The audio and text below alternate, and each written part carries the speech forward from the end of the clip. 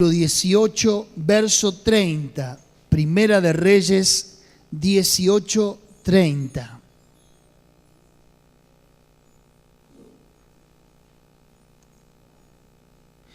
Quiero hablar del tema que tiene que ver con la oración, ¿sí? Capítulo 18, verso 30. Un hombre que nos puede enseñar de la oración es uno de los héroes del Antiguo Testamento, llamado Elías. Dice, entonces, verso 30, dijo Elías a todo el pueblo, acercaos a mí. Y todo el pueblo se le acercó. Y él arregló el altar de Jehová que estaba arruinado. Y todo el pueblo se le acercó y él arregló el altar de Jehová que estaba arruinado. Un detalle interesante para introducirnos.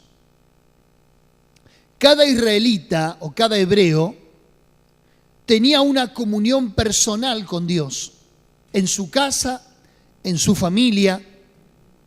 La Biblia dice que el padre de familia tenía la responsabilidad de enseñar la ley a sus hijos. El libro de Deuteronomio dice de esta manera, y estas palabras que yo te prescribo hoy, se las enseñarás a tus hijos, andando con ellos en el camino, en tu casa, cuando te acuestes, cuando te levantes. La escribirás en los postes de tu casa y la repetirás. Diga conmigo, y la repetirás.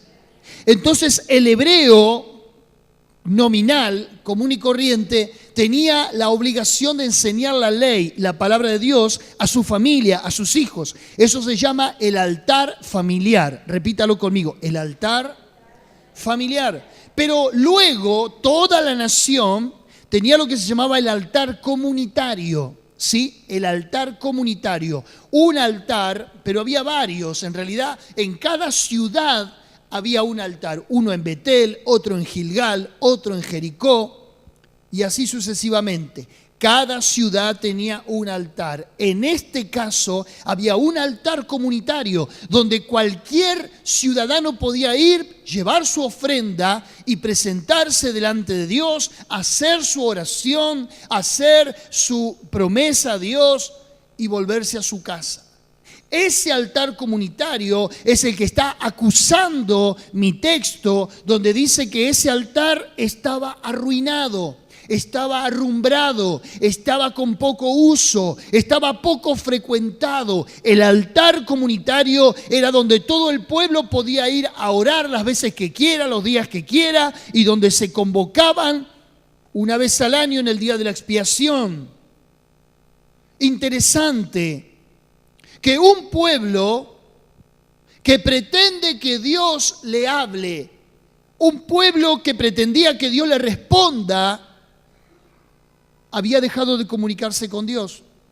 ¿A qué me refiero cuando digo un pueblo que demandaba una respuesta inmediata de parte de Dios?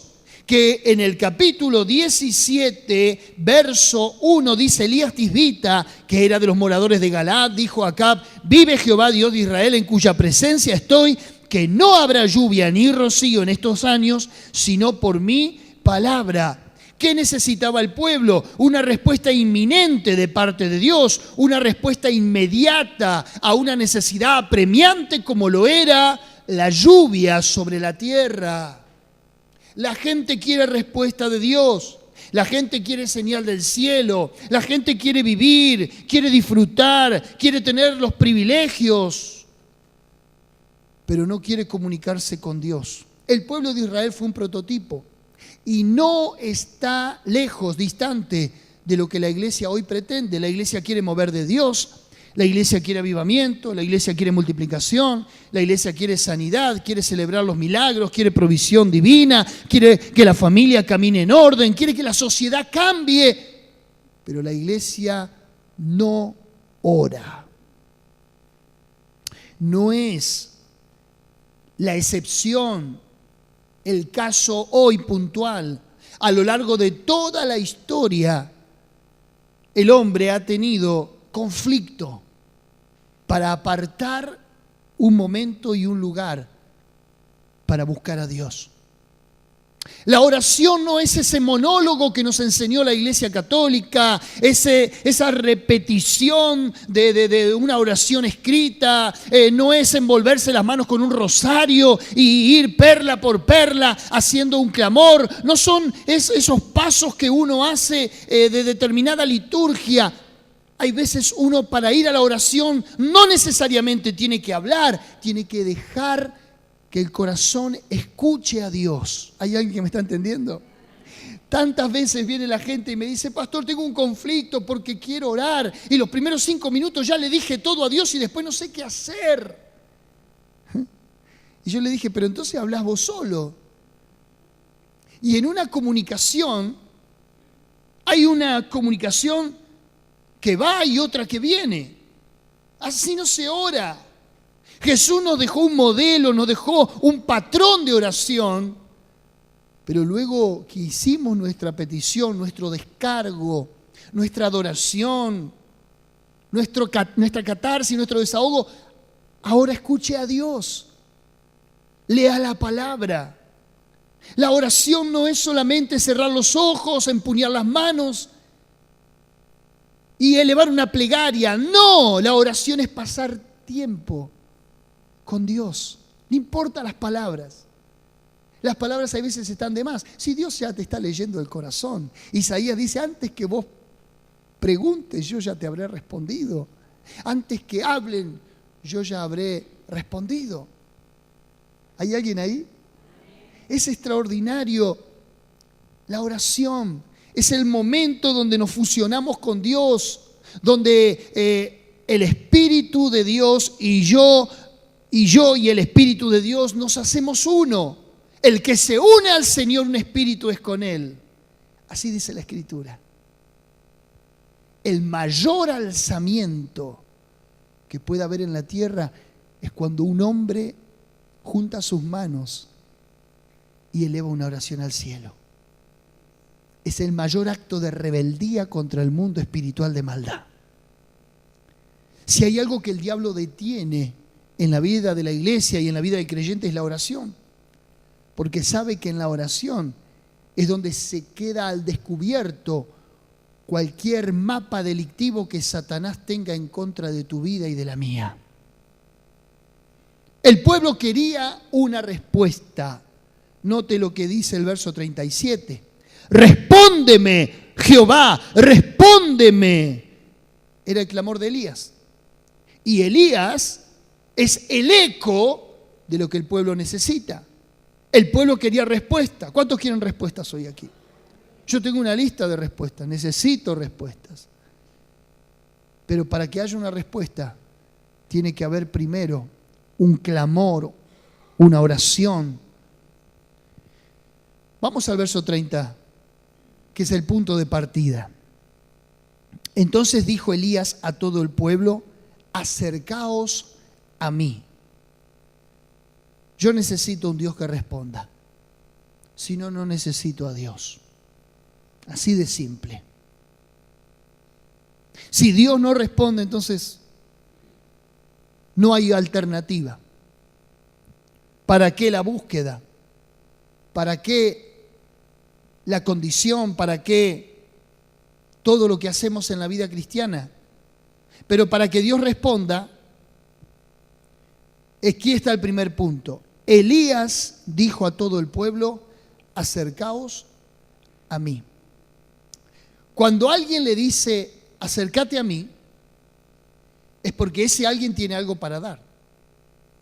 Nadie te va a pedir que te acerques si no tiene nada para darte. Elías sabía que él tenía algo que el pueblo carecía. Elías tenía algo que al pueblo le faltaba. Por eso él se adjudica esa pretensión de llamar al pueblo a un encuentro con él. ¿Porque Elías era importante? No.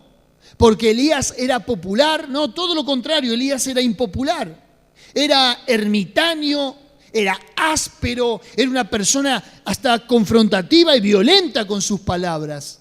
Pero eso no importa, eso es parte de la personalidad de cada uno. A vos no te tiene que importar si se come las heces, su peinado, su estética, su figura. A vos te tiene que importar una persona no por su temperamento, su condición social, sino por lo que tenga de Dios en su vida. Si había algo que la gente respetaba de Elías, era su comunión con Dios, su relación con Dios. Este hombre hablaba y tronaba. Él se paró ante el rey, que le podía cortar la cabeza y no rendir cuentas a nadie. Se paró ante el rey y le dijo: no va a haber lluvia ni rocío por 3 años, sino por mi palabra. En otras palabras le dijo: si yo no hablo, Dios puso en mi boca la potestad de abrir el cielo o de cerrar el cielo. Y si yo no hablo, 3 años se quedan sin agua. Y Elías pegó la lengua al paladar y 3 años y medio se quedaron sin lluvia y sin rocío. Pero cuando él dice acercaos a mí, es porque él tenía algo de Dios para darle al pueblo.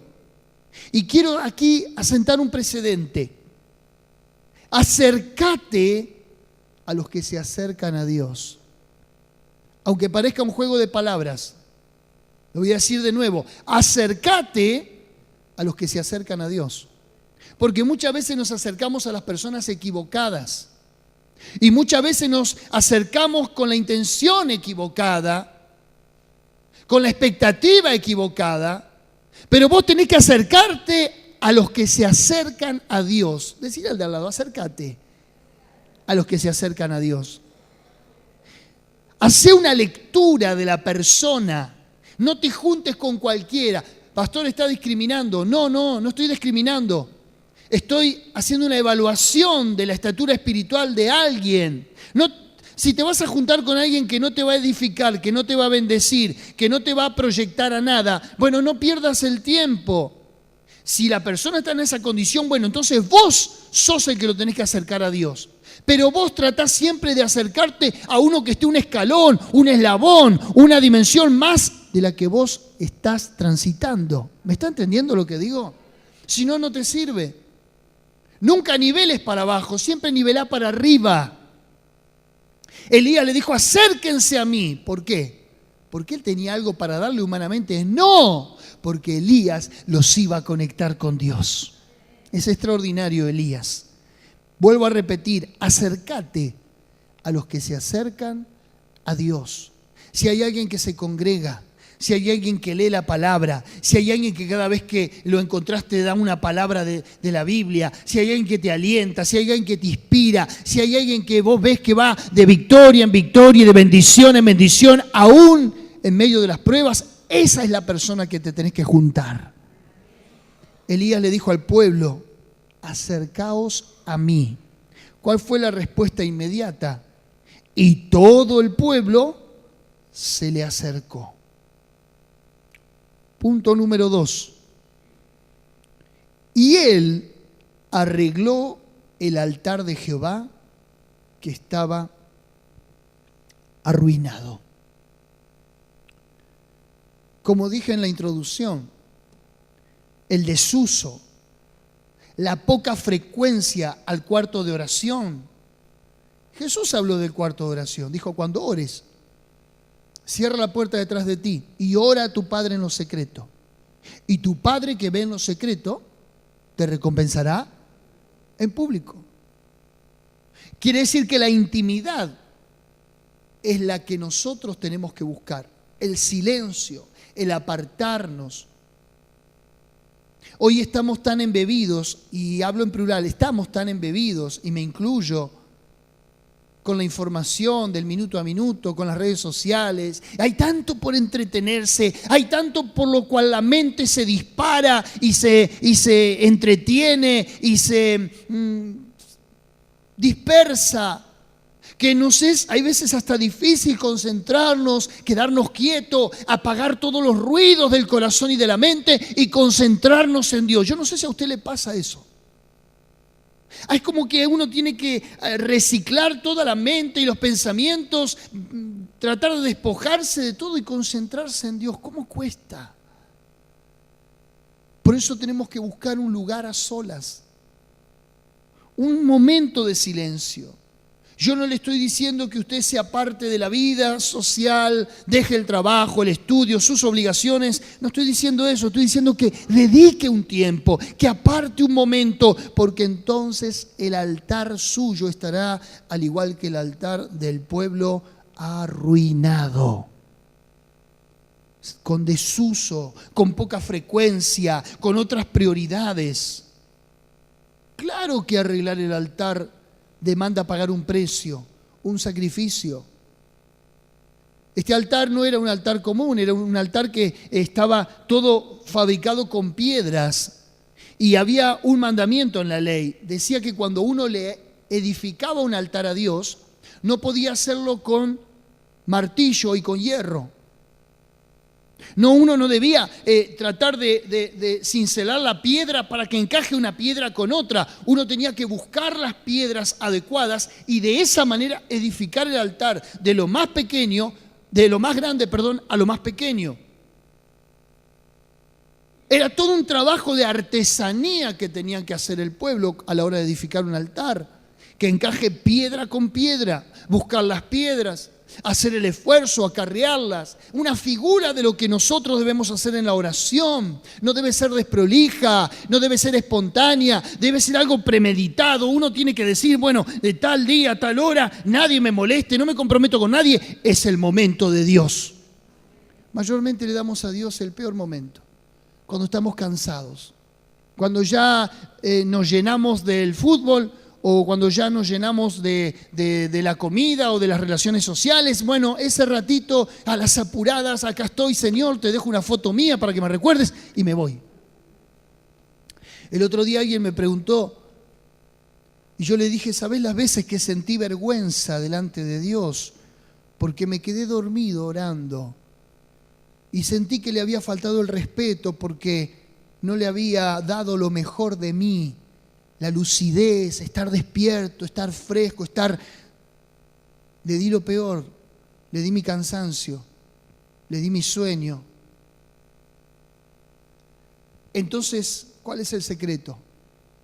Que Dios esté en la primera hora de la mañana de tu día.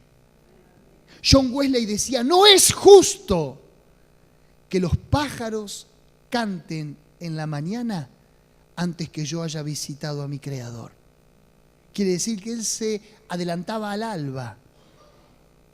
Los evangelios en muchas oportunidades dicen que Jesús, cuando estaba aún muy oscuro, se iba al monte a orar. David decía, Dios mío eres tú, de madrugada te buscaré. Claro, caemos exhaustos en la cama la noche anterior, llenos de preocupaciones, de la vorágine del día, y a la mañana no podemos hacer el esfuerzo para levantarnos y buscar a Dios. El pueblo había caído en esto. No estamos tan lejos del pueblo que ministró Elías. El altar había estado arruinado. ¿Cómo habrá estado el corazón de Dios cuando ese altar no era visitado con frecuencia? ¿Hay alguien ahí?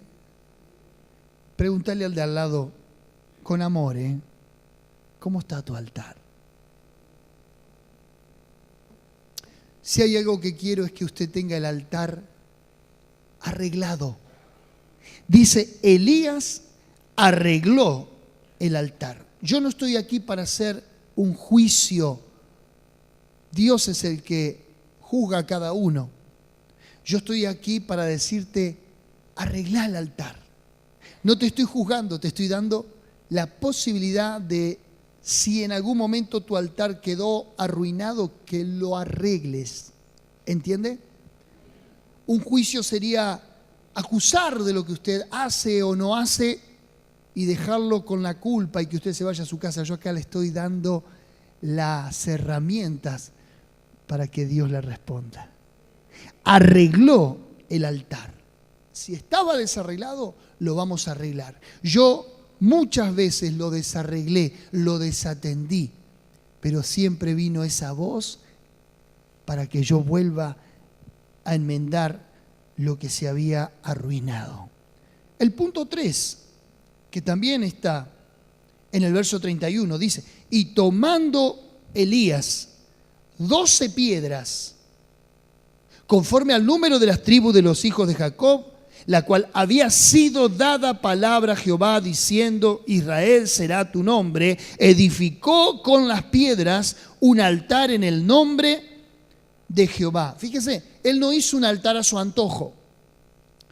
Él no hizo un altar de acuerdo a su diseño, de acuerdo a una moda, de acuerdo a un criterio personal. Dice que él hizo el altar con piedras, y las piedras eran de acuerdo al número con la que Jacob había recibido la palabra para sus hijos.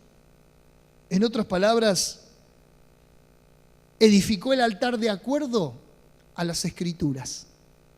12 piedras, una por cada hijo de Jacob, porque cada hijo de Jacob era una promesa. Cuando edifiques tu altar, edifica bajo las promesas de la palabra de Dios. No pidas nada que no encaje o que no esté alineado a las promesas de Dios, porque entonces la respuesta será obsoleta. Pero cuando vos edificás el altar de acuerdo a la palabra, la respuesta vendrá de inmediato, porque estás orando conforme a la voluntad de Dios. Hay veces uno ora y no recibe porque no está orando de acuerdo a la voluntad de Dios. Hay veces pedimos lo que no sabemos, es cierto. Romanos capítulo 8 dice: hemos de pedir como conviene, no lo sabemos, pero el Espíritu nos ayuda en nuestra debilidad. Con gemidos indecibles, el Espíritu te guía. Yo cuando no sé qué orar, cómo orar por una situación o algo, le digo: Señor, ayúdame a orar por esto. Que yo pueda pedir de acuerdo a lo que en el cielo se me va a ser concedido. Y cuando oro conforme a eso, enseguida Él me hilvana una oración en mi mente, y es la que después resultó ser respondida. Elías no edificó un altar de acuerdo a lo que a él le parecía, sino de acuerdo a la Escritura. 12 piedras, como le había sido dada la palabra a Jacob. Cuarto, el altar debe hablar de Cristo. Verso 33. Preparó la leña y cortó el buey en pedazos y lo puso sobre la leña.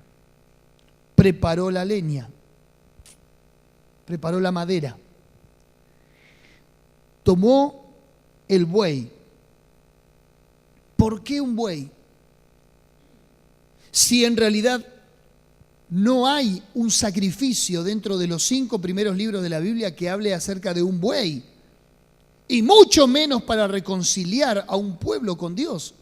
En el día de la expiación, que era el día donde el pueblo se reconciliaba con Dios y había una confesión y un arrepentimiento comunitario, era el día en que Dios perdonaba a todo el pueblo en conjunto, debía ofrecerse un becerro de 1 año, había características. ¿Por qué un buey? Díganle de al lado: ¿por qué un buey? Pregúntese por qué. Porque hay una razón. Elías está haciendo algo que va en contra de los principios de la ley, y sí. Pero ¿qué animal puede aguantar 3 años y medio sin pastura y sin agua? Sino un buey viejo. Un borrego destetado se muere porque no hay pastura, porque no hay agua. El único buey que había a la mano lo tomó, lo mató y dijo: es lo que hay. Y le ofreció a Dios. Hay veces no nos agarra el mejor de los momentos para llevar al altar, pero lo que tengas a mano, ponelo delante de Dios. Pero claro, aquí hay una figura de la redención, porque la leña representa la madera y la madera representa la cruz. El buey representa a Cristo y Cristo fue molido por nuestros pecados sobre la cruz para reconciliarnos con Dios. Aquí hay una figura de la redención. Pero note usted esta expresión. Verso 33, preparó. Verso 32, edificó. Edificó, preparó. La relación con Dios, mis amados, no viene de la noche a la mañana.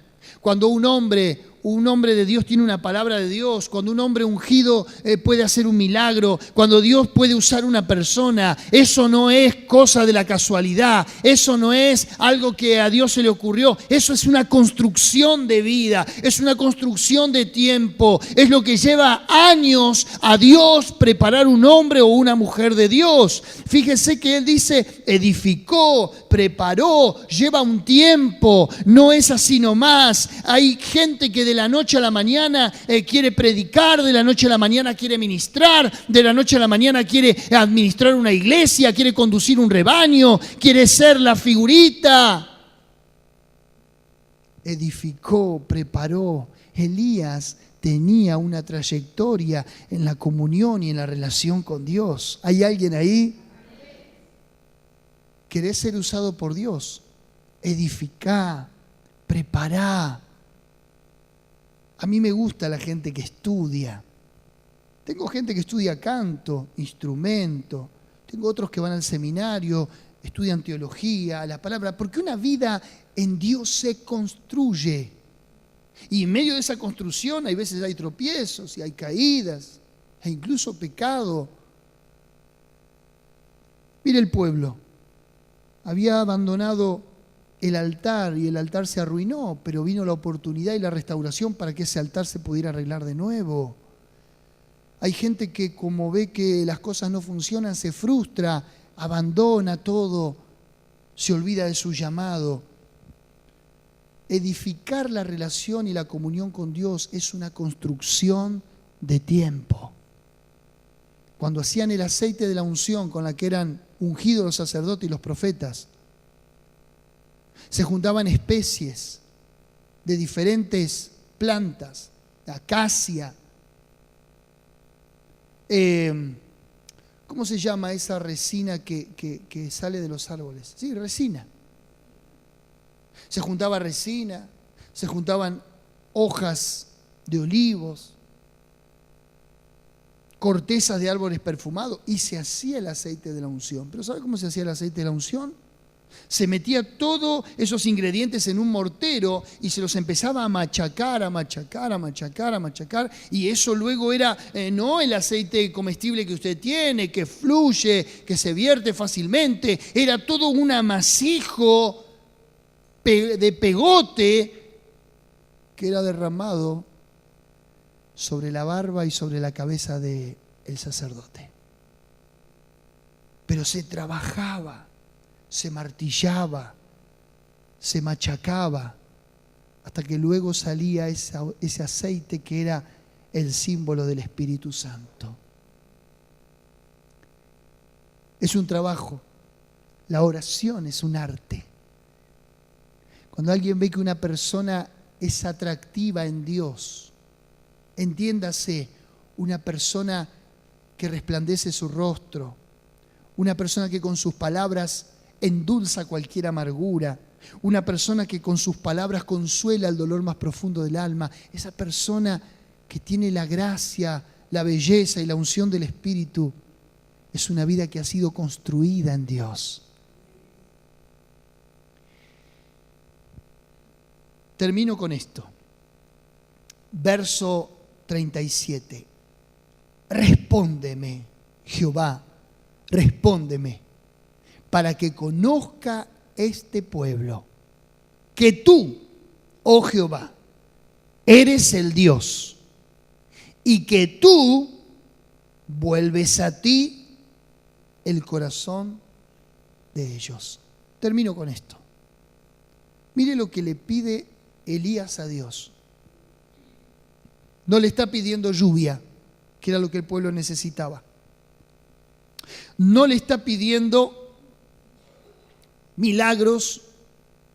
No le está pidiendo el ganado que perdieron, las cosechas que no se levantaron y que se echaron a perder. Le está pidiendo a Dios que Dios vuelva a él el corazón del pueblo. ¿Por qué? Porque cuando a Dios se le habla de volver el corazón a él, esa es la debilidad de Dios. Vos y yo.